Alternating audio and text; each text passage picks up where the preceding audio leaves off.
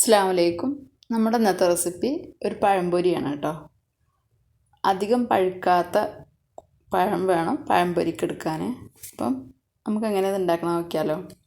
ഇതിലേക്ക് ആവശ്യമുള്ള സാധനങ്ങൾ 2 കപ്പ് മൈദയാണ് കേട്ടോ.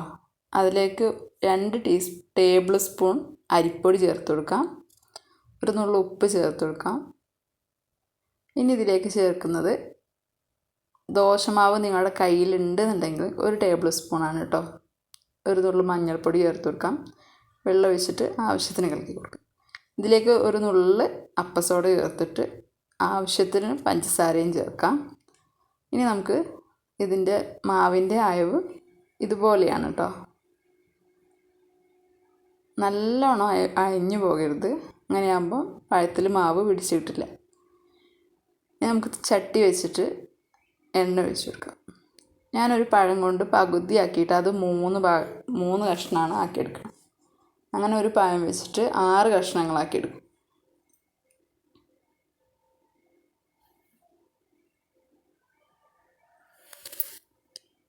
വലിയ പഴമാണെന്നുണ്ടെങ്കിൽ നമുക്കൊരു 4 കഷ്ണം വരെ ആക്കാം കേട്ടോ. ഞാനത് 3 കഷ്ണമാണ് ആക്കിയിട്ടുള്ളത്. അധികം വലിപ്പമില്ലാത്ത പഴമായിരുന്നു.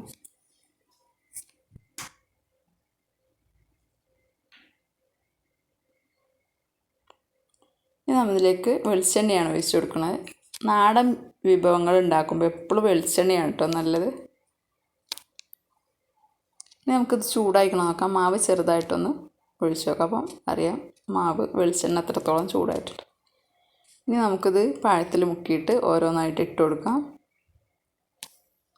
ഞാനിപ്പോൾ ഒരു 3 എണ്ണമാണ് ഈ ചട്ടിയിൽ ഇട്ട് കൊടുത്തത്. അധികം വേവാനൊന്നുമില്ല. കട്ടിയില്ലാത്ത പഴമായതുകൊണ്ട് കളറ് മാറി നമുക്ക് മറിച്ചിട്ടിടും.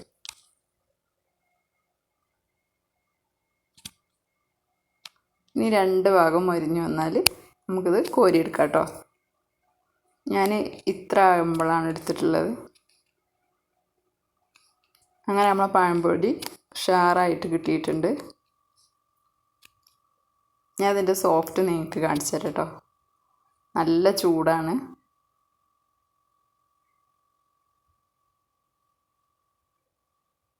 ഉള്ളൊക്കെ നല്ല സോഫ്റ്റായിട്ടാണ് ഇരിക്കുന്നത്.